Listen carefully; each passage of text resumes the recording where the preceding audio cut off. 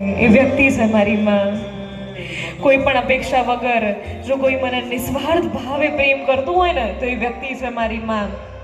અને ગમે તેટલો મોટો થઈ જાઉં, આ બે જણાની આગળ તો નાનો બાળક જ રહું, આ બે વ્યક્તિ છે મારી માં. અને માથામાં ઉપર હાથ મૂકે ને સ્વર્ગમાં હોવાનો અહેસાસ થાય, એ વ્યક્તિ છે મારી માં. દુનિયામાં નિસ્વાર્થ ભાવે મને આ બે માં પ્રેમ કરે છે.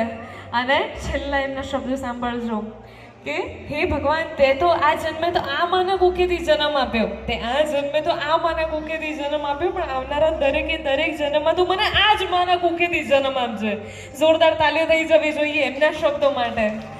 અને જ્યારે એક વહુ પોતાની સાસુમાં વિશે લખે ને ત્યારે વિચાર કરજો, એ સાસુ નહીં પણ માં બનીને ઊભી રહી હશે.